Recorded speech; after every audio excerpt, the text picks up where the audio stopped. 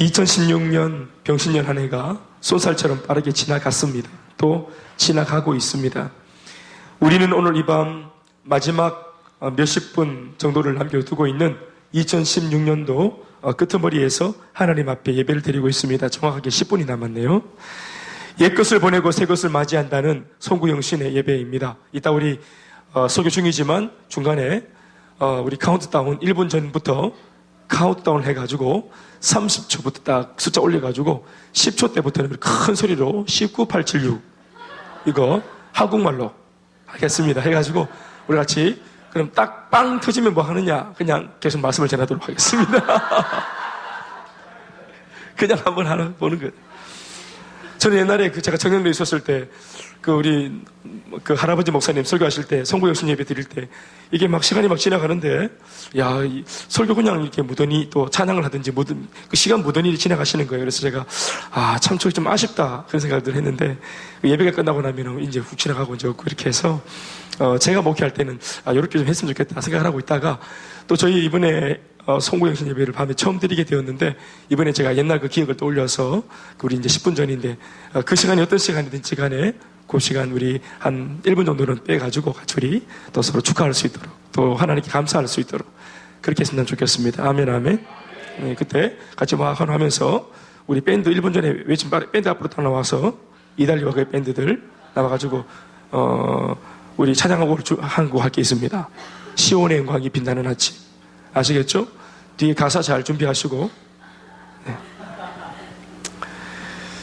옛것은 보내고 새것을 맞이한다 하는 송구영신 그 송구영신의 예배입니다. 오늘 지금 예배가 세상 사람들은 2016년의 마지막 일몰 해넘이를 보기 위해서 서해안으로 몰려가거나 2017년의 첫 일출 해맞이를 맞이하기 위해서 동해안으로 몰려가고 있다고 합니다. 그러나 오늘 우리는 바로 이곳 내가 속한 나의 교회에서 사랑하는 교회 가족들과 함께 지나온 세월 동안 우리에게 은혜를 베풀어 주셨던 하나님을 예배하기 위해서 여기 이곳에 함께 자리하고 앉아 있습니다. 저는 개인적으로 2016년도 한 해가 정말로 빨리 지나간 것 같은 느낌이 듭니다. 여러분들은 어떻습니까? 이게 좀 질퍽거렸습니까? 좀 빨리 간 것 같습니까? 2차례 정도 행복 모임 시즌이 끝나니까 1년이 지나가 버렸어요. 또 제자대학 졸업식 7월 달에 한 번 하고 12월 달에 한 번 졸업을 2번 시켰더만은 1년이 지나가 버렸습니다. 그러니까 그렇게 개념을 같이 잡으니까 정말 1년이 금방 지나가는 것 같아요.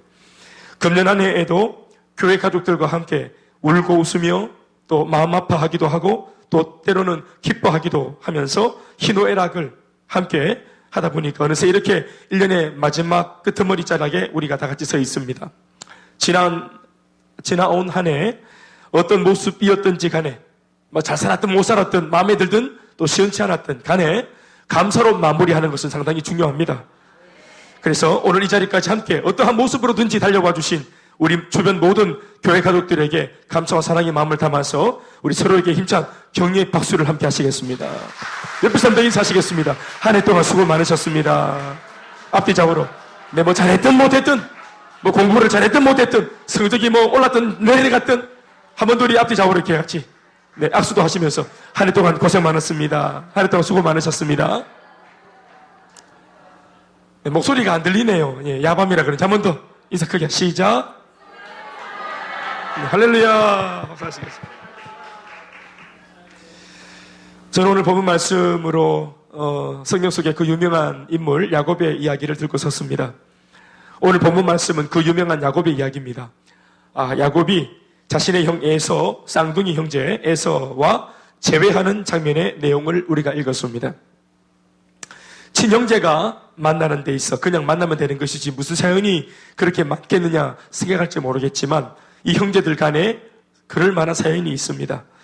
물론 그 사연이라고 하는 것이 물리적인 시간으로 볼 때는 약 한 20년 이상의 세월이 지난 아주 오래된 과거의 사연임에도 불구하고 적어도 오늘 본문의 주인공인 야곱에게만큼은 형은 잘 모르겠는데 야곱에게만큼은 상당히 20년 전 혹은 그 이상의 사건이었지만 오늘 실제적인 이 문제 때문에 뭔가 좀 중요한 문제로 야곱한테는 인식이 되고 있습니다.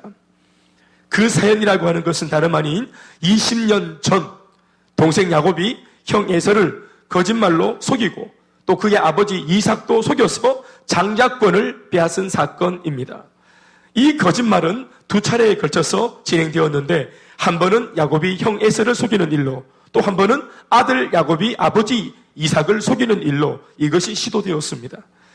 형 에서가 어느 날 들에서 바깥 일을 하고 돌아왔는데 너무 시장기가 돌아와서 막 배가 고파서 막 그렇게 기력이 없다고 죽을 것 같다고 말하고 있는데, 그때 형이 돌아올 그 타이밍에 팥죽을 딱 쏘아가지고 팥죽을 딱 내밀면서 이 팥죽 형을 위해서 만들었다고, 드시면 된다고.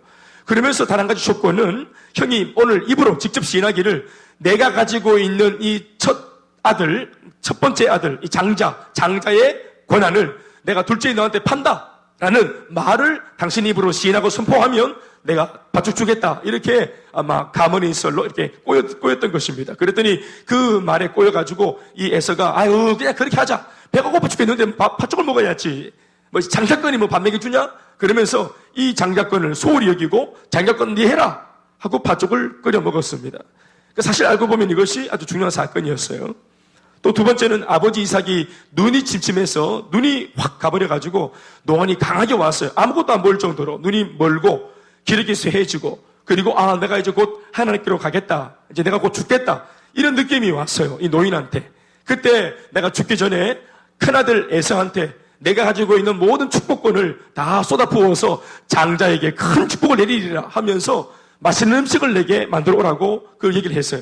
그런데 아버지가 큰아들한테 내리는 이 오다를 어머니가 듣고 어머니가 평소에 좋아하던 둘째 아들 야곱한테 이 내용을 전해줍니다. 그랬더니 야곱이 엄마와 같이 장난을 해가지고 형처럼 분장을 합니다. 형처럼 분장을 해서, 형이 특징이 한 가지가 있습니다. 한 가지. 에서는 다른 것이 아니라 단 한 가지로 구분되는데 털입니다. 털. 사람이 털이 많습니다. 그래서 염소인지 양인지 그 가죽을 벗겨가지고 가죽을 뒤집어서 털이 얼마나 많았으면 이렇게 양가죽을 뒤집어서 가지고, 그리고 이제 아버지한테 성대모사, 최초의 성대모사입니다. 성경에 나오는 최초의 성대모사. 형의 목소리를 막 내면서 아버지 이러면서 뭐 아버지가 좋아하는 들짐승을 잡았나이다 이러면서 이제 들어가서 이제 하니까 이상하다. 성대모사였지만 100% 이게 오다가 100% 뭔가 좀 통하지 않는 거예요. 그래서 아버지가 하는 말이 그 유명한 말이 있잖아요. 야, 목소리는 분명히 에서의 목소리인데 그런 이제 불러서 호기심이 나니까 불러가지고 팔을 이렇게 만져보니까 몸은 뭡니까? 몸은 에서인 거예요. 그래서 그 유명한 말, 목소리는 에서가 아닌데 손에 있는 털은 에서의 털이로다. 이게 유명한 말입니다. 그래서 아버지가 그 털에 막 감복해가지고 막 털을 음미하면서 계속 아들을 축복하지요. 아들이 만들어 온 산의 지미를 막 먹으면서 배 두들기면서 트름을 하면서, 그리고 이제 하나님이 주신 축복권을 이제 둘째 아들인지도 모르고 막 몽땅 그냥 다 쏟아부어서 네가 잘 되고 네가 형통하고 네가 복을 받고 너 때문에 막 천하 만민이 잘 될 것이고 이러면서 자신이 아브라함 아버지로부터 받았던 축복을 둘째 아들 야곱에게 그대로 기도를 통해서 전달하는 이런 일을 하는데, 그 모든 배경 속에 있었던 것이 야곱의 거짓말이었습니다. 물론 어머니가 도왔지만 야곱이 거짓말을 한 것입니다. 이 사실을 뒤늦게 알게 된 형 에서가 동생 야곱을 죽이겠다고 인사불성이 되어서 두려움을 그렇게 느낀 이 야곱이 어머니의 도움을 받아서 외삼촌 라반의 집으로 피신을 가게 되었고, 그때로부터 오늘에 이르기까지, 오늘 본문에 이르기까지 무려 한 20년 이상의 세월이 흐른 것입니다. 그러니 20년 전에 그 어떤 두 가지 거짓말, 단 두 번의 거짓말 때문에 오늘 이런 아주 어려운 일을 야곱이 당하고 있고, 20년이 지났지만 거기에 대한 한과 또 이런 눌림들이 있어가지고 이 문제를 지금 풀어보려고 지금 고민을 하고 있는 것입니다. 그러는 동안 야곱은 20년 떠나 있는 동안에 결혼도 하게 되고 또 많은 돈과 20년이 흘렀습니다. 그러니까 20년 전의 거짓말 사건 이해하시겠습니까? 아시겠죠? 그러니까 제가 우리 카운트다운 하고 나서 20년 뒤 이야기를 하도록 하겠습니다. 아멘입니까? 우리 이제 30초부터 이제 나올 건데 그때는 이제 하지 말고 10초부터 이제 우리가 10 이렇게 합니다. 손을 다 들어서 10 이렇게 하겠습니다. 한번 해봅시다. 나가서 준비. 지금 나오네요. 이렇게 지금 이제 30초가 지났다는 이런 말입니다. 자, 10초가 되면 크게 외쳐주세요.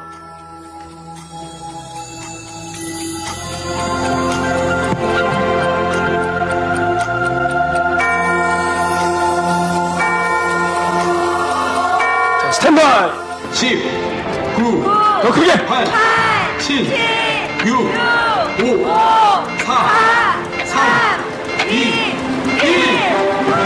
할렐루야!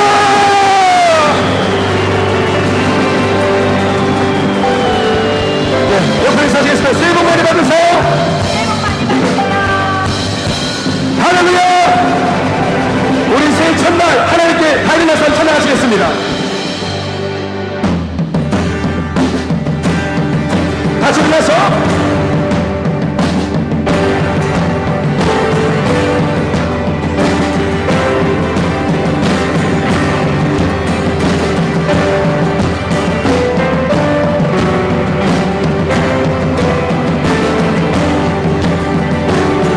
같이 시온의 영광이 빛나는 아침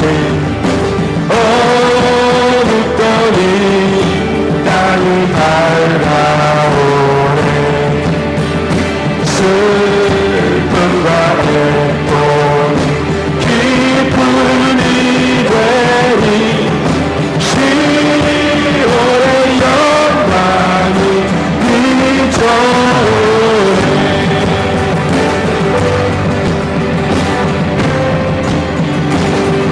다시 한 번 더 선포하시겠습니다. 모두 같이 소리 높여서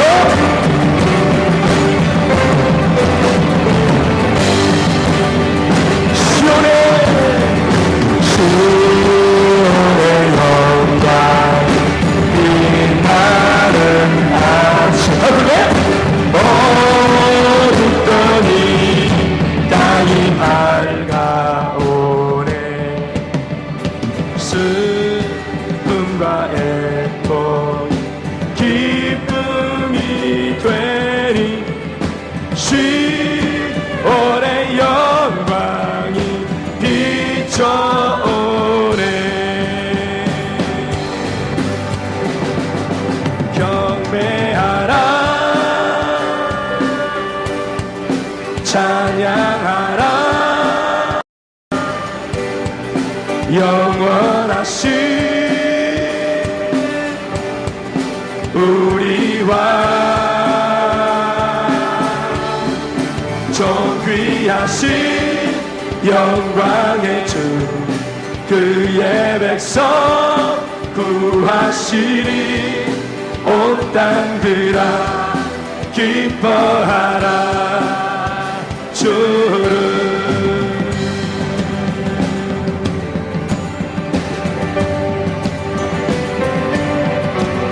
2절로 함께 선포하시면서 찬양하시겠습니다.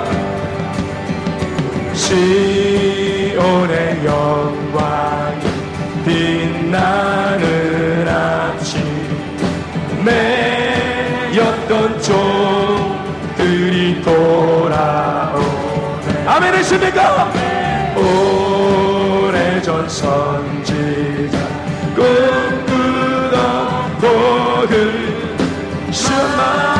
만민이 다 같이 누리겠네 경배하라 찬양하라 두 손 들고 영원하신 주님은 우리와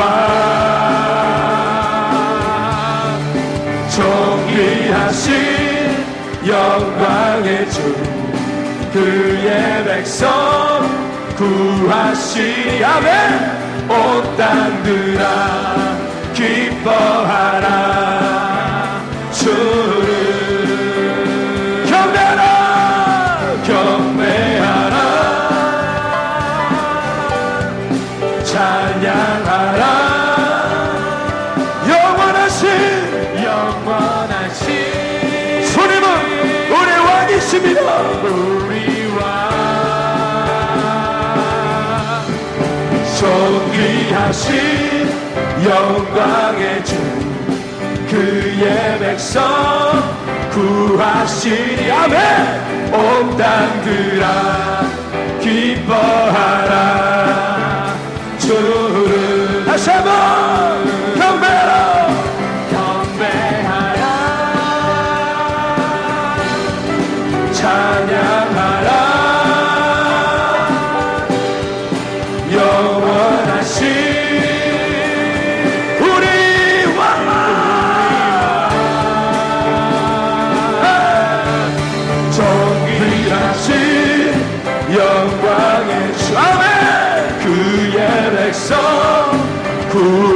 구하시리 온 땅들아 주여 기뻐하라 주를 땅들아 바라야 마른 성들아 찬양을 주님께 드리어라 싸움과 죄악에 참혹한 땅에 찬송이 하늘에 사무치네 두 손 들고 선포하시면서 경배하라 찬양하라 영원하신 우리 주 예수님은 우리와 존귀하신 영광의 주 그의 백성 구하시리 온 땅들아 기뻐하라 주를 다시 한번 선포하시면서 경배하라 찬양하라 영원하신 우리와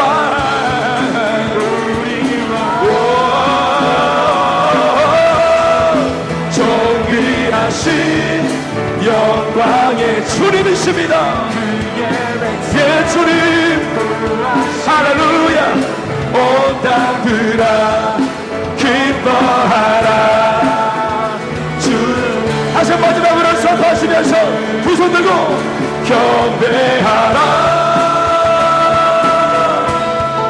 찬양하라 새 아침 주님을 선포합니다 예 주님 할렐루야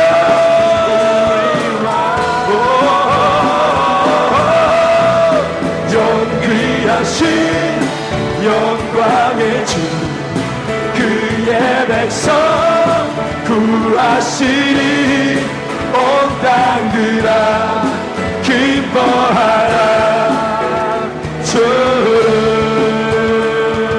1절로 다같이 목소리를 높여서 시작 시온의 영광이 빛나는 아침 어둡던 이 땅이 밝아오네 더 크게 슬픔과 애도 기쁨이 되니 시온의 영광이 비춰오네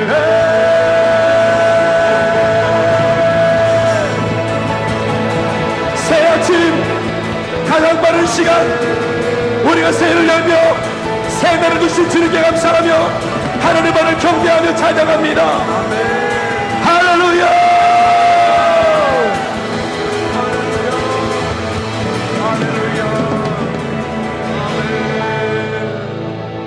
인사하면서 하겠습니다 새해 복 많이 받으세요 새해 복 많이 받으세요 할렐루야 우리 많이 준비했는데 그러면 감기 때문에 뭐 다 잠겨가지고 할렐루야 내년에 더 잘 준비하도록 약간 좀 썰렁하기도 하네요 네. 우리 야곱에 대한 이야기 잘 알고 있습니다 그 덕분에 잠은 확 깼네 그죠? 저는 개인적으로 야곱처럼 20년 전에 그런 풀어야 할 풀지 못한 숙제가 남아있는 야곱처럼 그래서 지금도 이 숙제 못 푼 것 때문에 고민하고 있는 야곱처럼 저도 그런 적이 많았습니다 여러분들은 이런 그 송구 영신의 이런 타이밍이 어떻게 지금 느껴지는지 모르겠어요 모태신앙이 아니기 때문에 뭐 술자리에서 이 자리를 이 시간을 보내든지 막년회다 이러면서 그렇게 하든지 모르겠습니다. 저는 이 송구영신, 이제 이 자정을 기하고 넘어가는 이 새해 첫날, 제가 인식 속에 제가 기억하는 바로는 좋았던 기억이 하나도 없는 겁니다. 그래서 이제 다 자정 넘어갈 때 아버지가, 자나! 하면서 대문을 팍 차고 들어와가지고, 너도 자나! 하면서 자나를 다 깨봐가지고 난리가 나고, 그리고 엄마가, 우리 어머니는 또 잔다! 네가 인가? 지도고 싸우고 난리가 나고.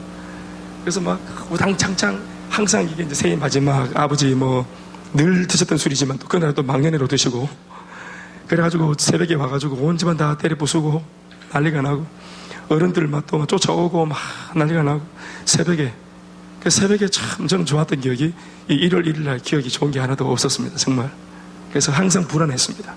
그 지하의 종소리 이런 거 TV 보다가 기절을 하고 이렇게 자다가 또 명작 명화 극장 이런 거 새해에 보내주고 하면 그런 거 볼 때도 영화를 볼 때도 항상 간이 벌렁벌렁. 아버지가 집에 안 들어오니까 간이 벌렁벌렁.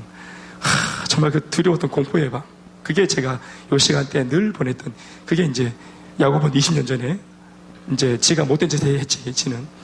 저는 야곱처럼 나쁜 짓 한 것도 아닌데, 간이 벌렁벌렁거리는, 그때 참 그런 상처들이 기억이 납니다. 그때 비하면 참 이렇게 지금 송구영신 예배를 드리고, 또 가족과 함께, 또 교회 식구들과 함께 이렇게 행복하게 찬양을 하고, 또 서로를 축복하면서 새해를 맞이할 수 있다는 게 이게 참 기적 같은 은혜인 것 같습니다.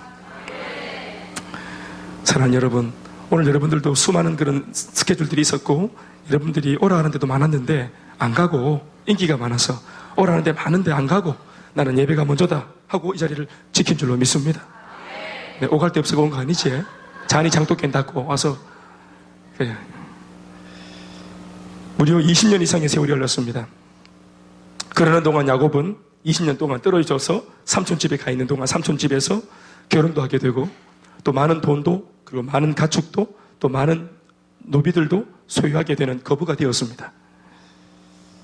그러나 성경을 통해 그 20년의 과정을 면밀하게 들여다보면 모든 것이 은혜와 축복 속에 받은 것이 아니라 권모와 술수와 거짓의 과정이었던 것을 알 수 있고 지금 야곱이 가진 모든 재산이나 사람들은 그런 거짓의 과정을 통해 얻은 결코 떳떳하지 못한 내용물들이요 결과물들이라고 말할 수 있습니다.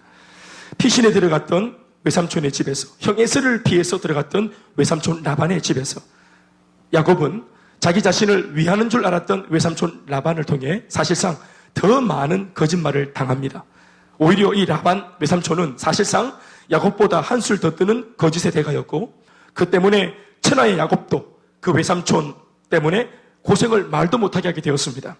그러나 야곱도 만만치 않은 인물이었기 때문에 받은 대로 갚아주는 사람입니다. 그도 자신을 속여먹은 외삼촌을 또다시 더 큰 것으로 속여서 완전히 사기치고 등쳐먹습니다. 그래서 불의한 방법으로 재산을 축적하고 삼촌의 재산을 다 은닉하고 빼돌려버립니다. 그리고 막대한 손해를 삼촌한테 끼칩니다. 물론 그런 과정 속에서 2명의 부인과 또 2명의 첩을 두어 나름대로 가정도 이루고 막대한 돈과 또 노비와 가축을 수중에 가지게 되었지만 그 외삼촌과는 철천지 원수가 되었고 자신을 죽이겠다고 군대를 일으켜 따라오는 그 외삼촌을 피해서 야곱은 오늘 우리가 읽은 이 본문의 상황까지 이르게 된 것입니다. 야곱의 인생은 한마디로 거짓의 인생이었고 그를 만난 사람들은 죄다 야곱, 그에게 손해를 입게 되고 결국 그와 원수 관계가 되고 말았습니다. 가는 곳마다, 만나는 곳마다 야곱을 만났다 그러면 반드시 당합니다. 야곱을 만났다 그러면 반드시 뒤통수 얻어맞습니다. 반드시 야곱을 만나면 반드시 밑던 도끼에 발등 찍힙니다. 야곱은 가는 곳마다 사람들에게 상처를 주고 가는 곳마다 손해를 끼치는 아주 해로운 존재가 되어갔습니다. 사람이 나이가 어려서 철이 없는 시절에는 그럴 수도 있다고 치더라도 야곱은 지금 20년이 지났죠. 10대 때 그렇게 범죄를 했으니까 벌써 지금 이제 30대 중후반을 넘어서 40대 가깝게 중년의 나이에 이르기까지도 여전히 그 모양. 어쩌면 그렇게도 자신의 이름처럼 인생을 사는지 모릅니다. 야곱이라는 이름의 뜻이 항상 제가 몇 번 언급했지만 뒤꿈치를 잡다, 뒤꿈치를 잡아채다 이렇게 말하는 씨름 기술인 야갑이라고 하는 단어에서 가지고 온 이름입니다. 야갑에서 야곱이 나왔습니다. 우리말로 쉽게 바꾸면 우리나라 고유 씨름 기술인 뒤집기 생각하면 되겠습니다. 그러니까 넘어지는 척하다가 상대방을 속여서 단숨에 상대를 오히려 제압하는 기술. 좋게 말하니까 기술이지 실상은 속임수고 거짓말입니다. 한마디로 야곱은 그 이름처럼 평생을 이렇게 살아왔습니다. 형도 속이고 아버지도 속이고 외삼촌도 속이고 무엇보다 자기 자신의 양심의 소리마저도 속이면서 자신마저도 기만하면서 평생을 자신을 위해 남을 속이며 상처 주며 살아왔습니다. 악으로 깡으로 수단과 방법을 가리지 않고 내가 원하는 것은 어떻게 해서든지 내 것으로 만들기 위해서 남을 속이고 남을 상처를 주고 그러면서 자기 야망을 불태워왔던 사람이었습니다. 그리고 이제는 나이도 들고 책임져야 할 부양가족들도 생기니 하늘 아래 자신의 편이라고는 한 사람도 없는 자신의 형편을 해결하기 위해서 어쩔 수 없이 고향으로 돌아가고 있는 중입니다. 그러나 그것도 쉽지 않은 것은 고향으로 가는 길목에 가장 큰 걸림돌 하나가 버티고 있으니 바로 자신과 철천지 원수가 되어 있는 형 에서를 20년 전 그 사건 때문에 20년째 한을 가지고 있는 그 형 에서와의 이 관계를, 이 산을 넘어야 한다는 숙제가 남은 것입니다. 그러나 고대시대 때 이 사막 한가운데 이렇게 많은 지금 양떼와 소떼와 이렇게 거부가 되어서 갈 곳 없이 거부인 채로 이렇게 그냥 광야에 있으면 반드시 깡패를 만나고 야만족을 만나게 되는 거예요. 그러니까 이렇게 내가 망하고 죽느니 고향으로 가자. 이래서 삼촌 라반한테 쫓기는 바람에 할 수 없어서 고향행을 선택한 것입니다. 야곱의 인생은 참으로 순탄치 못한 인생입니다. 주변이 다 적입니다. 아무도 야곱을 기뻐하지 않고 아무도 야곱을 반기지 않고 아무도 야곱을 환영하지 않습니다. 그러면서도 야곱은 이 상황을 두고 누구에게도 따질 수도 없습니다. 따지고 보면 이 모든 상황을 만든 장본인이 바로 야곱 그 자신이기 때문에 그렇습니다. 저걸 누가 만들었습니까? 야곱 자신이 만들었습니다. 사실 야곱의 삶을 면밀히 살펴보면 어떤 면에서는 그는 매우 성실한 사람, 그는 매우 부지런한 사람, 그는 굉장히 열정 있는 사람인 것처럼 더 보여집니다. 인생을 열심히 살아온 사람입니다. 그런데 그 열심히 살았던 삶의 과정들을 들여다보면 평안이 하나도 없습니다. 열심히 살았는데 정작 그 자신은 마음에 평안이 없어요. 열심히 살고 부인도 있고 부인이 둘이나 있었어요. 또 첩도 둘이나 있었어요. 부인이 4명이었어요. 평안이 없어요. 우리는 한 분이 계시는데도 평안이 없잖아요. 4분 있을 거 얼마나 평안이 없겠어요. 그런데 평안이 없는 거예요. 평안이 없어요. 사람을 가졌어요. 이 야곱은 평생 사람에게 굶주린 사람이거든요. 그런데 자기만을 사랑해주는 여자를, 그러니까 이 가정을 가졌단 말이에요. 자기 부인들을 가졌단 말이에요. 자식들을 가졌어요. 또 종을 가졌어요. 또 재산도 가졌어요. 양떼를 가졌어요. 그러니까 많은 것을 소유했는데 말씀을 계속 들여다보면 이 야곱이 마음에 평안이 없습니다. 기쁨도 없습니다. 그리고 그들의 그 인생을 들여다보면 본받을 만한 대목은 아예 눈을 씻고 찾아봐도 발견할 수 없습니다. 영향력이 전혀 없는 인생입니다. 열심히 살았습니다. 근면합니다. 성실합니다. 최선을 다합니다. 눈이 반들반들합니다. 총명기가 있습니다. 총기가 있습니다. 아주 일꾼감입니다. 그러니까 뭔가 대외적으로 볼 때 잘하는 그런 일꾼, 유능한 일꾼처럼 보입니다. 총무같이. 그런데 정작 그 자신은 기쁨이 하나도 없습니다. 항상 불안합니다. 쫓깁니다. 반칙을 해서라도 자신이 한번 결정한 야망은 꼭 이루어야겠다는 열정과 열심은 오히려 독입니다. 그 잘못된 열정과 잘못된 부지런함이 결과론적으로 그 자신을 불행하게 만드는 역효과만 나왔습니다. 그가 불행하니 지금 그를 믿고 따라가고 있는 처자식들의 운명은 안 봐도 뻔한 그림입니다. 가장이 불행하면 따르는 부인도 따르고 있는 그런 식솔들 모두가 다 불행한 것입니다. 한 가정의 가장으로서 영적인 것을 책임지는 이 가장이 세속적으로 마음에 기쁨이 없고 충만하지 못하면 그 가정 전체의 운명은 볼 것도 없습니다. 그게 성경 전체가 말해주는 교훈 아닙니까? 그래서 그는 오늘 밤 반드시 이 문제를 지금 해결해야 됩니다. 더 이상 미룰 수 없습니다. 뒤에서는 삼촌이 쫓아오고 또 사막 어느 방향에서 어떤 야만족 소들이 찾아와서 이 자기가 가지고 있는 재산을 훔치려고 할지 빼앗으려고 탐을 낼지 알 수가 없는 것입니다.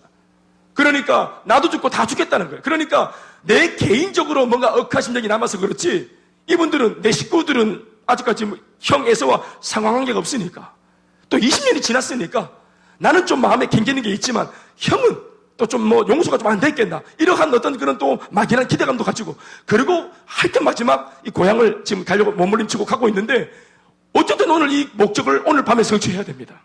더 이상 미룰 수 없습니다. 더 이상 이 불안한 마음을 가지고 더 이상 시간을 보낼 수 없기 때문에 그렇습니다. 그래서 그는 오늘 밤 반드시 우리가 읽은 본문 말씀처럼 고향으로 돌아가야만 합니다. 그는 아주 절실합니다. 결사적입니다. 그래서 그는 형 에서에게 20년 만에 처음으로 전가를 보냅니다. 우리 창고 9절 말씀 보시면 3절에서 5절 말씀이 있는데 좀 읽어보시겠습니다. 3절에서 5절 말씀 같이 읽어보실게요. 시작.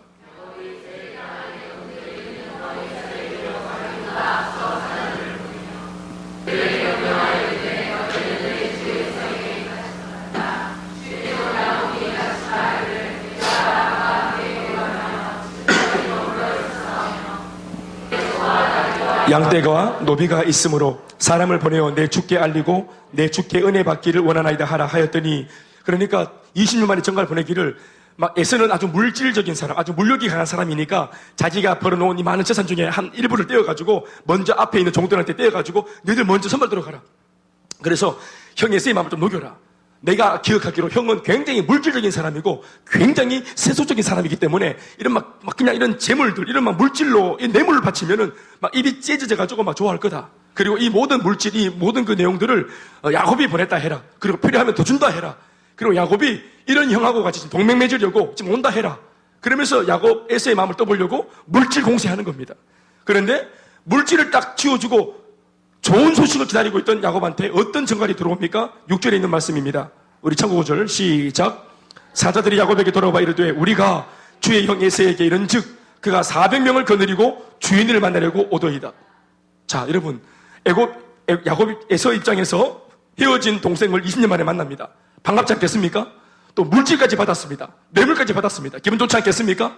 자, 그래서 버선발로 뛰어가서 만나려고 합니다. 그런데 400명을 데리고 갈 필요가 있습니까? 예? 40명도 아니고, 알리바바와 40인의 도둑, 40명도 아니고, 400명을 데리고 갑니다. 건장한 장정들 400명을 데리고 갑니다. 이 뭐 하자는 겁니까? 글쎄 알 수는 없습니다. 글쎄요. 그런데 400명을 데리고 이 물질을 받자마자, 아유, 이놈! 야곱이 왔어!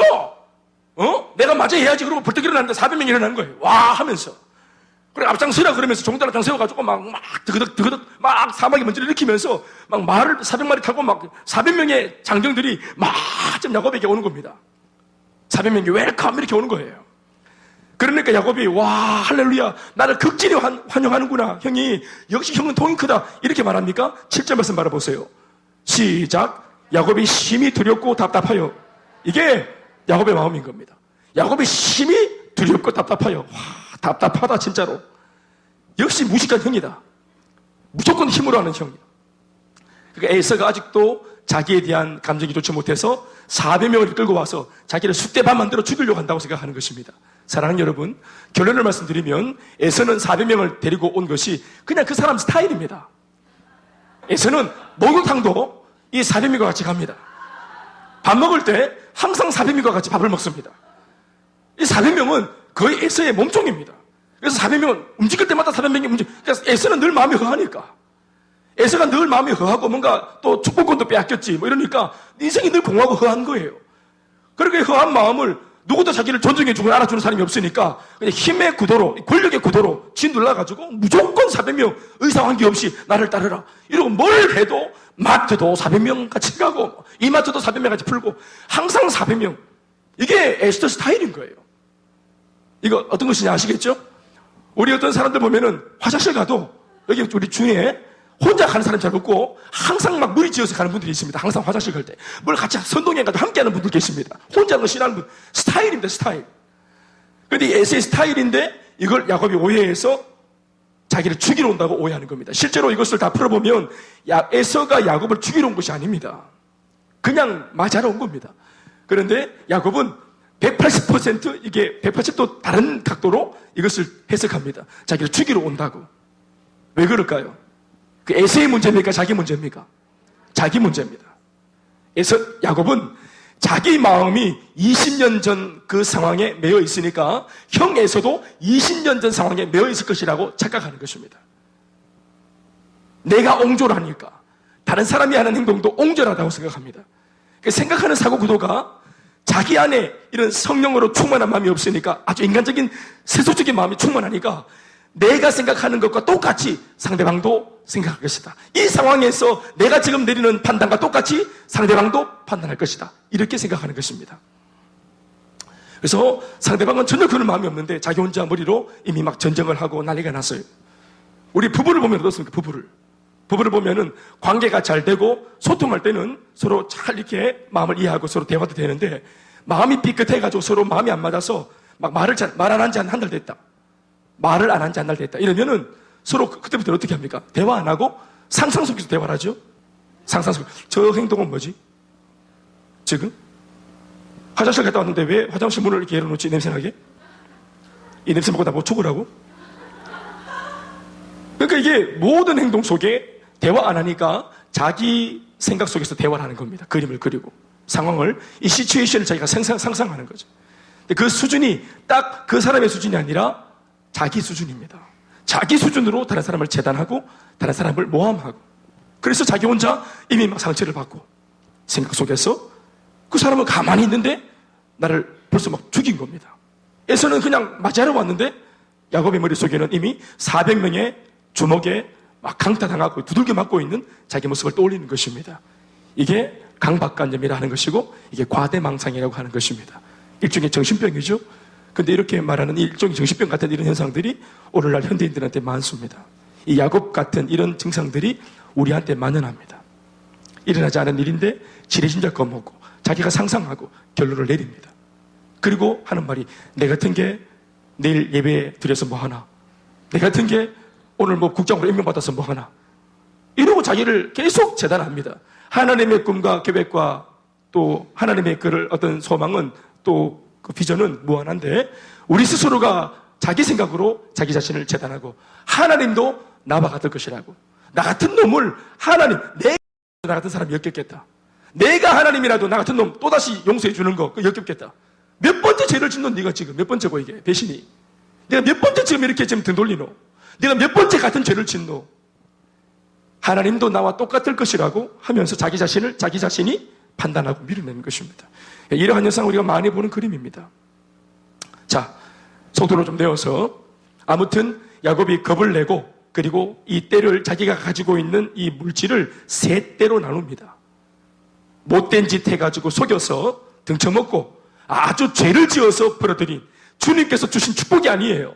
자기가 거모와 술수로 그렇게 자기가 악착같이 벌어모은 이 재산을 형제사한테 다 뺏기기 두려워가지고 이걸 세 때로 혹은 그 이상 때를 나누어가지고 앞에서부터 뒤에까지 자기는 제일 뒤에 있고, 그래서 앞에 한 때가 몰살당하면 또 뒷때가 가서 또 형의 마음을 누그러뜨리고, 또 형의 마음이 안 누그러뜨려져서 두 번째 또 이 무리들도 또 몰살시키면 또 세 번째 때가 또 카바치고, 그래서 에서도 인간인지라 자기 동생인데 한 무리, 두 무리, 세 무리를 계속 무력으로 그렇게 몰살하면은 마음의 양심의 가책이라도 있지. 그래서 전국의 마지막에 있는 야곱은 어느 정도 용서할 것이라, 이렇게 인간적인 생각을 가지고 야곱이 막 형 받을 준비를 하는 것입니다.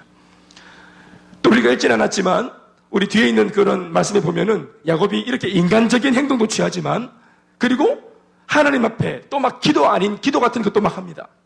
제 표현이 기도가 아니라 기도 같은 기도라고 말했습니다. 기도 같은 기도입니다. 기도가 아닌 것 같은 기도입니다.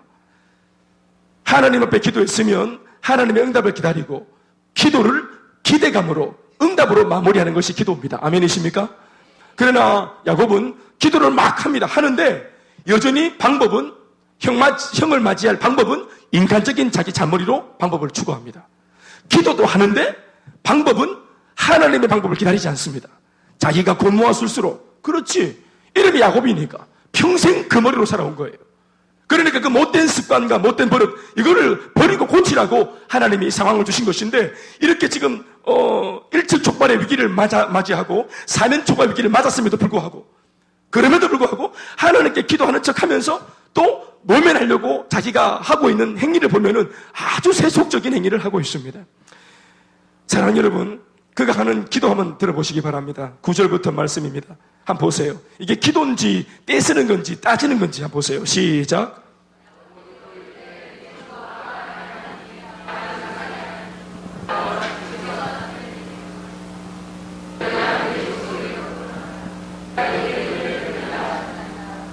하나님께서 이렇게 말씀하지 않았습니까?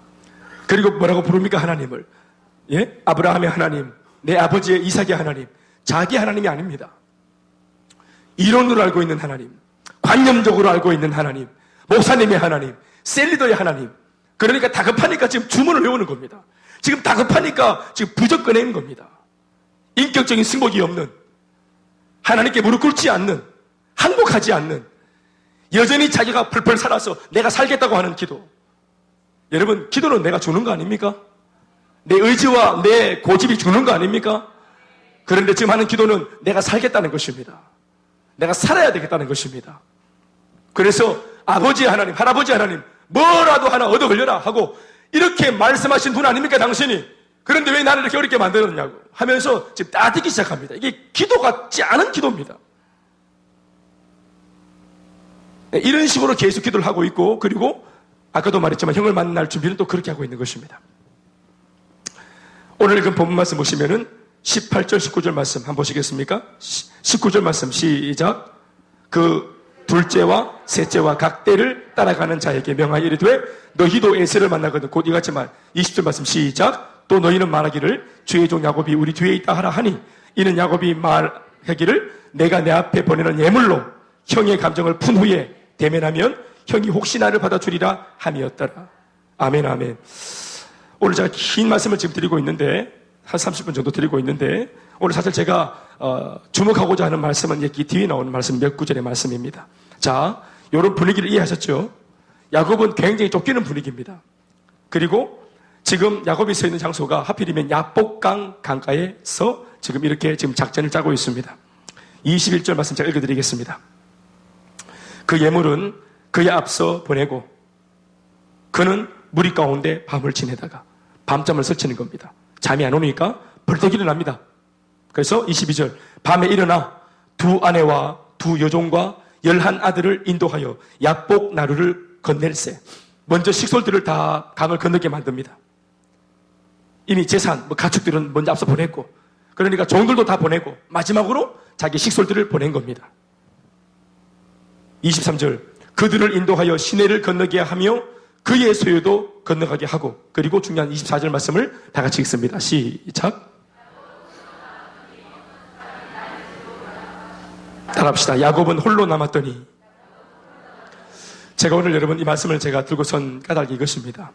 건너갔다는 표현이죠. 23절 말씀에 사람도 건너보내고 종도 건너보내고 자기가 20년 동안 악착같이 벌어모았던 모든 것들을 지금 강 너머로 다 건너보냈습니다.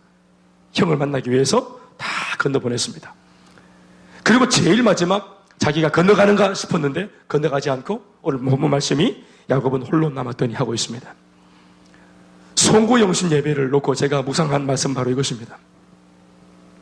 시간이 지났습니다. 2016년도에서 물리적으로는 2017년도가 되어버렸습니다. 지금 30분이 지났습니다. 우리 몸이 시간을 거슬러서 2016년도에서 2017년도 이 시간대 안으로 넘어왔습니다. 우리 모두 같이 무사히 넘어왔습니다. 잘하셨습니다. 내가 입고 있는 옷도 같이 넘어왔고 내 헤어스타일 같이 넘어왔습니다. 우리 집 상황 같이 넘어왔습니다. 은행에 잔고 땡기나 부럽지만 같이 넘어왔습니다. 내 모든 상황이 다 2016년도에서 2017년도로 다 넘어왔습니다. 마치 이쪽 강에서 저쪽 강으로 넘어가듯이 모든 것이 다 건너갔습니다. 그런데 야곱은 아직까지도 건너가지 못합니다. 홀로 남아 있습니다. 아니요. 야곱은 홀로 남았더니가 아니라 하나님께서 야곱을 홀로 남기셨습니다.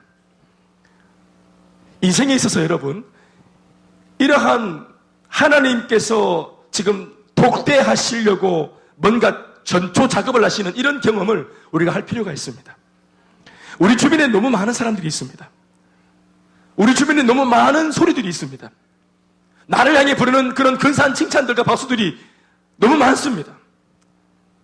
나를 아끼는 사람, 원래 내가 가지고 있는 원래 본 모습보다 나를 너무 과하게 칭찬하는 사람, 나를 기대하는 사람, 그런 많은 사람들의 기대와 갈채가 너무 많습니다. 이런 타이틀, 사명도, 직책도, 직분도, 해야 될 일도, 가야 할 직장도, 해야 할 공부도, 해결해야 할 또 물질적인 문제도 이거 다 멈추어 놓고 강 이편에서 모든 게 저편으로 다 건너갈지라도 이 편에 홀로 서서 하나님을 독대할 필요가 있습니다.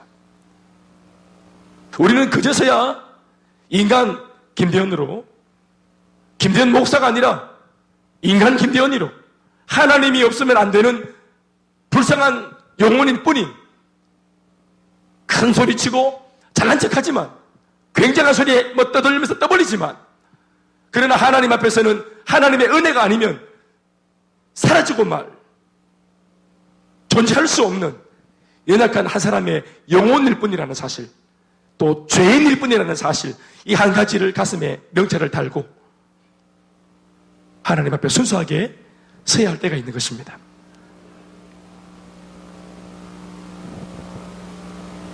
이제 그도 우리가 얼마나 피곤했습니까? 이 많은 소유를 우리가 건사한다고, 하루하루의 인생과 삶을 우리가 상대한다고 얼마나 수고가 많았습니까? 수많은 스케줄들을 소화한다고 얼마나 우리가 평안이 없었습니까? 이 험악한 세상을 돌파해 살아남기 위해서, 생존하기 위해서, 또 내 식구들을 생존시키기 위해서 어금니 꽉 깨물고 할 말 못해가며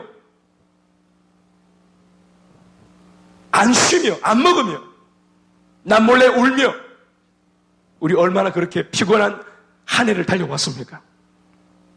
열심히 살았습니다. 그런데 평안이 없습니다. 야곱처럼 열심히 살았습니다. 그런데 우리가 의롭게만 돈을 벌었습니까? 우리 의롭게만 달려온 한 해였습니까? 어떤 면에서는 야곱처럼 권모와 술수와 하나님의 눈을 속여가면서 내 양심의 소리를 속여가면서 내가 지금 세워놓은 야망을 이루기 위해서 우리가 세상 속에서, 거기는 목회자도 없고 거기는 셀리도도 없고 거기는 주님도 안 계신 것 같고 나 혼자만 있는 그 장소에서 우리가 어떤 말을 하고 어떤 반칙을 하면서 어떤 얄팍한 속임수와 잔머리를 굴리면서 살았는지 사람들은 아무도 모르겠지만 우리 안에 야곱 같은 모습이 없었겠습니까? 우리 다 야곱처럼 살아오지 않았습니까? 돌아보니까 다 적입니다. 어느 한 곳도 다리 뻗고 잘 데가 없고 나를 오라고 반기는 것도 없는 것 같고 하는 이런 절망감.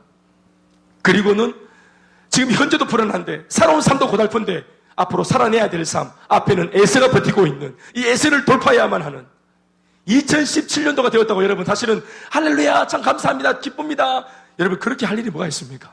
그냥 2016년 12월 31일에서 2017년 1월 1일 하루 그냥 넘어온 겁니다. 숫자가 좀 바뀌었지만, 앞에 있는 큰 타이틀이 좀 바뀌었지만 우리한테는 그냥 하루가 다시 주어진 겁니다. 여러분, 2017년도가 되었다 해서 다를 것이 있습니까? 우리 달라진 형편이 있습니까? 여전히 내 앞에 있는 이 문제, 산적해 있는 문제, 남아있는 싸움, 여전히 누가 대신 싸우지 않고 내가 싸워야 합니다. 사랑하는 여러분, 우리 착각하면 안 됩니다. 너무 빨리 빵빠레를 불면 안 됩니다. 너무 빨리 박수하려고 하면 안 됩니다. 남은 이 싸움, 우리가 싸워야 합니다. 그러기 위해서 제일 먼저 중요한 것은 우리 자신이 하나님 앞에서 다루어지는 것입니다. 상황이 좋아져서 우리가 좋아지는 것이 아닙니다. 결국은 이 좋지 못한 상황 누가 만들었습니까? 야곱 그 자신이 만들었습니다. 20년 이상 동안 그가 헤집고 다니면서 야곱이 만난 모든 사람들은 다 원수가 되었습니다. 그러니까 지금 20년이 지난 지금 그 모든 사람들이 야곱을 죽이려고 드는 거예요. 야곱이 다루어지지 않는 한은, 야곱 그 자신이 다루어지지 않는 한은 앞으로도 이 싸움은 끝나지 않을 것입니다. 2017년이 정말 나의 해가 되기 이전에 우리가 2017년 하나님이 숨겨놓으신 놀라운 축복을 우리가 먼저 만끽하고 맛보기 전에 그것을 맛볼 수 있는 준비된 나 자신이 되어야 합니다. 저는 이 구절이 뭔가 좀 문학적인 표현인 것처럼 느껴지기도 하고, 그리고 또 지난날 나의 상황도 오버랩되면서 여러분들에게도 이게 어떤 그림인지 여러분들에게 이게 공감이 있길 바라는 것입니다. 야곱은 홀로 남았더니 하루 종일 지치고 사람들하고 말 섞고 오해받고 오해 또 하고 싸우고 또 날카로운 날을 세우고, 그리고 집에 왔는데 집에서도 전쟁이 일어나고 한바탕 난리가 나고, 그리고 부모도 주무시고 아이도 자고 남편도 자고 우리 여자분 같으면 홀로 야밤에 남았더니 그냥 잘 수 있습니까? 그때 고요한 모든 노이즈가 다 사라지고 고요한 시간, 전화기까지도 꺼놓고 세상이 다 잠든 시간에 나 자신을 돌아보는 거예요.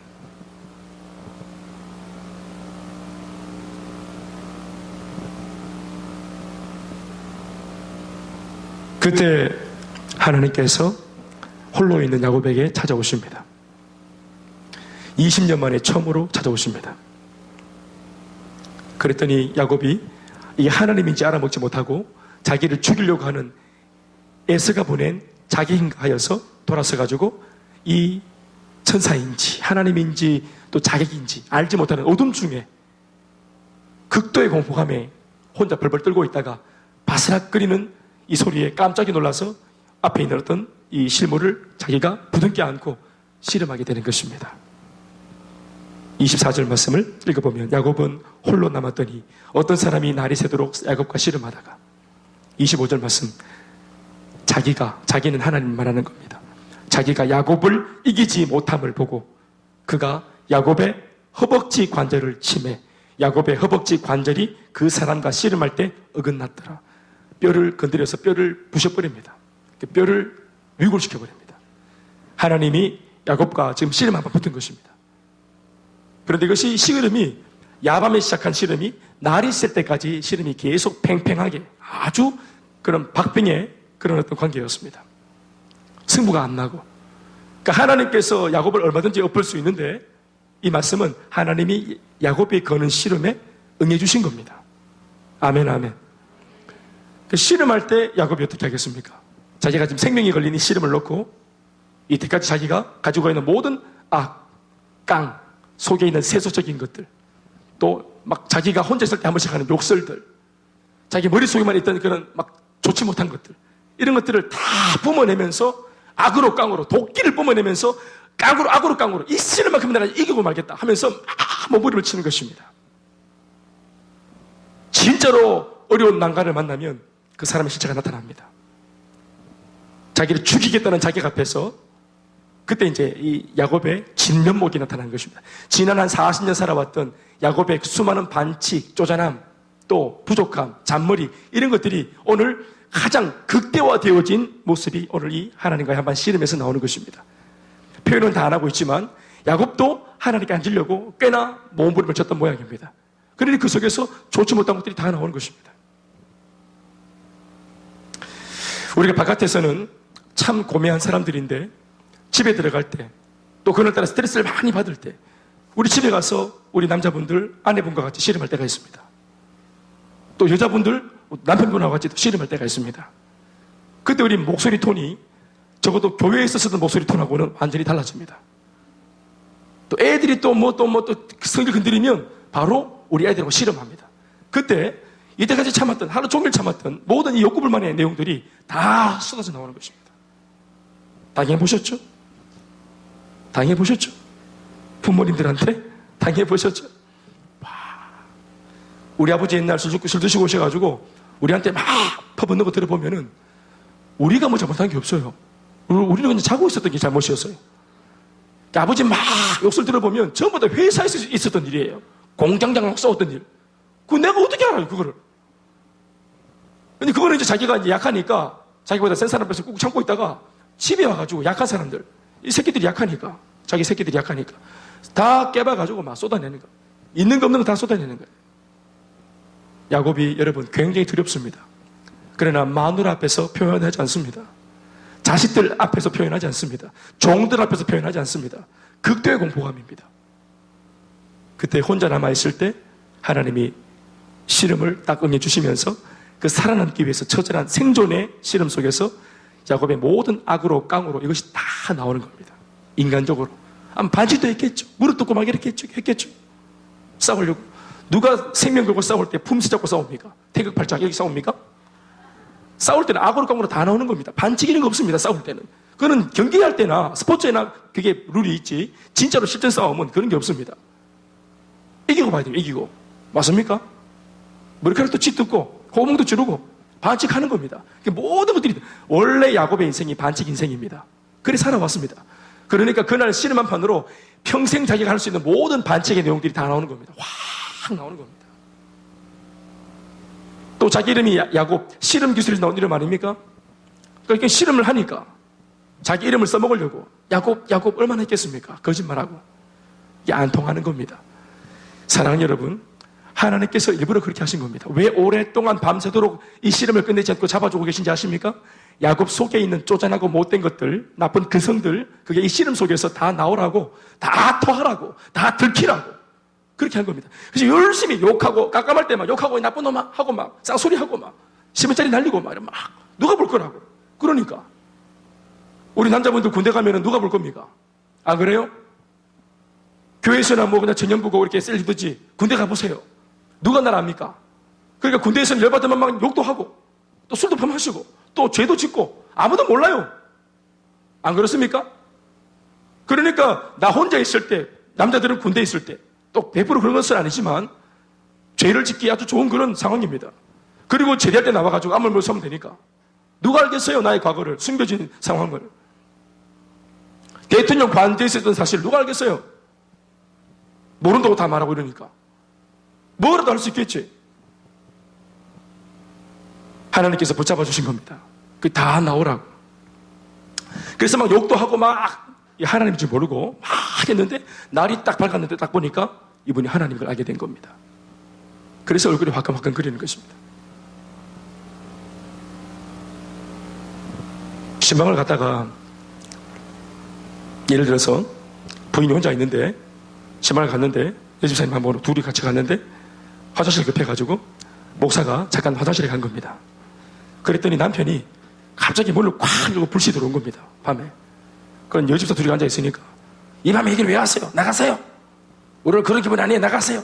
그래서 와 있는 집사님 내보내보고 아 그게 아니고요. 뭐가 아니에요. 나가세요. 하더니 막 그러고 이제 막 화장실에 목사 볼일 보고 있는데 그것도 모르고 막 이 남자 집사님 들어와가지고 막 바로 막 니난 하면서 막 난리가 난 겁니다.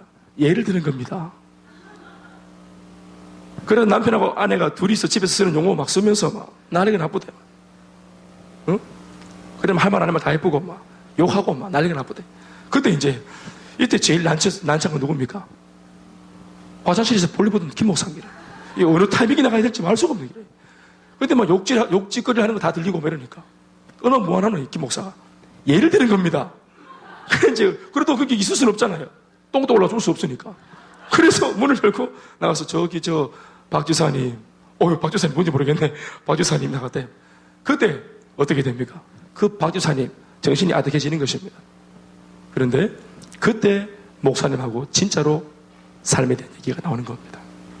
교회에서는 그냥 폼 잡고 그냥 근사한 척, 신앙 좋은 척, 아이고 김대현 목사님, 아이고 박 집사님 이러고 살았는데 자기 그 진면목이 그날 그 집에서 확 일어나 목사님한테 다 들키쁘죠.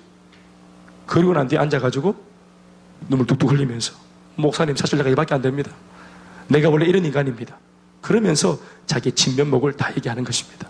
사실은 내가 이런 쓰레기입니다. 내가 불황당입니다. 나 이중이격자입니다. 나는 집사가 아닙니다. 나는 신앙의 사람도 아닙니다. 그리고 자기 있는 것들이 나오는 것입니다. 그때 기도할 때 진짜로 치유의 은혜가 임하는 것입니다. 오늘 하나님께서 왜 야곱과 씨름을 해주신지 아십니까? 우리 안에 그 고상한 거, 우리 안에 있는 그런 그 척하는 거, 우리 안에 있는 그 체하는 거, 그런 것들이 다 수면 위로 나오라고 하나님이 함께 붙들어 주시는 것입니다. 어떤 상황 속에서 말씀드리겠습니다. 피하는 것은 하나님께서 그 씨름하던 야곱이 끝까지 버티는 걸 보면서 결국은 손으로 허벅지 관절을 쳐서 뼈를 미골시키고 거의 부서뜨립니다. 허벅지 관절이 정확하게 어느 부위냐? 이건 여러 가지 설이 있습니다. 근데 중요한 것은 그 허벅지 관절 그 부위가 야곱으로 하여금 사람이 다 마찬가지겠지만 힘을 쓰는 힘의 근원이라는 것입니다. 힘의 근원. 그 힘의 근원을 딱 하나님께서 딱 치니까 힘의 근원에 힘이 싹 빠져버린 것입니다. 우리 전통적인 해석은 옛날 성경에는 환도뼈라 해놨습니다. 이 부분을 허벅지가 아니라 환도뼈.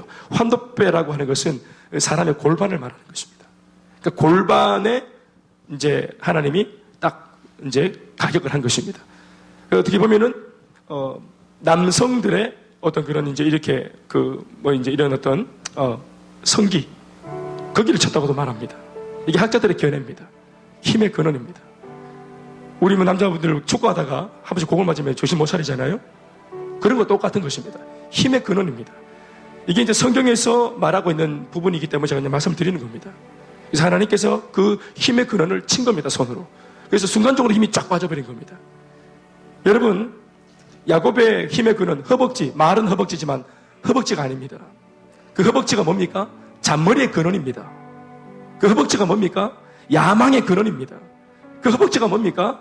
반칙 인생의 근원입니다. 이때까지 그 힘으로 살아왔습니다. 그 힘으로. 그래서 그 인간적인, 세속적인 그 잔머리의 근원인 그 힘을 더 이상 힘을 쓰지 못하도록 하나님께서 그 뼈를 건드려버린 것입니다.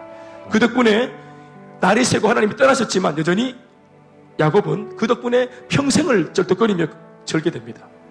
아마도 자기 평생에 이날 하나님과 씨름했던 자기를 돌아보면서 내가 살아남은 게 다행이다. 불경기를 지었는데.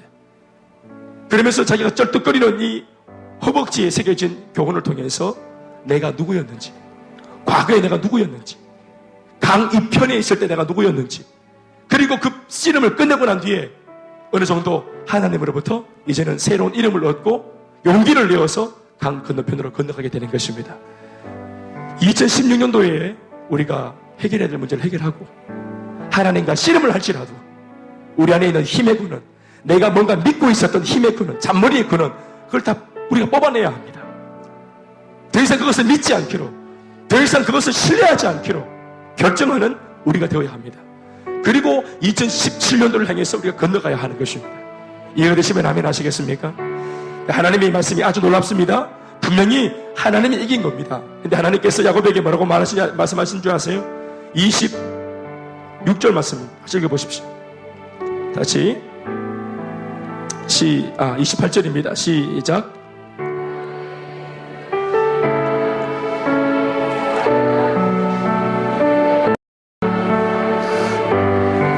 말을 잘 들어보세요. 너가 야곱이 아니다. 이제부터는 이스라엘이다. 하나님하고 당당히 씨름해서, 이 씨름은 지금으로 말하면 기도를 말하는 것입니다. 하나님 붙잡고 응답될 때까지 안 놓아주려고 기도하는 모습. 아멘 아멘. 야곱은 야곱의 모습으로 나왔지만 하나님은 이 야곱을 회복시키는 씨름으로 이 씨름을 사용한 것입니다. 씨름하는 덕분에 자신이 감추어졌던 모든 죄가 다 털어놨습니다. 아멘 아멘. 야곱이 대놓고 회개하려고 죄를 끄잡아낸 것이 아닌데도 불구하고 하나님이 야곱을 새롭게 하시기 위하고 작정하시고 야곱의 모든 죄를 다 들추어낸 겁니다. 그리고 야곱을 용서하시고 하는 말이 네가 나를 이겼다라고 선언해 주십니다. 아멘이십니까? 내가 너를 이스라엘이라고 부르겠다. 이는 네가 하나님과 겨루어서 이겼기 때문이다. 그런데 한 가지 말이 더 붙어있죠. 및 사람들과도 겨루어서 이겼다. 무슨 말입니까? 네가 나를 이겼다. 내가 너한테 하는 말이 네가 나를 이겼다고 말한 즉 이제는 사람 중에는 너를 이길 자가 없다는 것입니다. 네 두려움이 뭐냐? 형이 무섭고 삼촌이 무섭고 사람들이 무서운 거 아니냐? 그러나 하나님을 만나서 하나님의 은혜 속에 거하고 기도에서 하나님의 마음을 돌이킨 사람이 하나님을 이긴 사람입니다. 우리는 하나님을 이길 수 있습니다. 기도에서. 아멘 아멘. 기도하면 하나님이 용서하시니까, 기도하면 하나님이 마음을 바꾸시니까 우리는 기도하면 하나님을 이길 수 있습니다. 아멘 아멘. 그리고 하나님을 기도로 이긴 사람은 사람이 그 사람을 이길 수 없는 것입니다. 아멘이십니까? 그러니까 너가 이긴 사람이 되었기 때문에 형 에서를 만나는 거 두려워하지 말라고 말씀하시는 것입니다. 이 은혜가 우리한테 있어야 합니다. 하나님 앞에 기도해서 하나님을 이긴 사람은 2017년도 누구를 만나든지 어떤 상황을 만나든지 두려울 것이 없는 줄로 믿습니다. 하나님을 이긴 사람은 다 이긴 것입니다. 믿습니까? 따라합시다. 하나님을 이긴 사람은 다 이긴 것입니다. 인사하십시다. 아멘 아멘. 기도하겠습니다.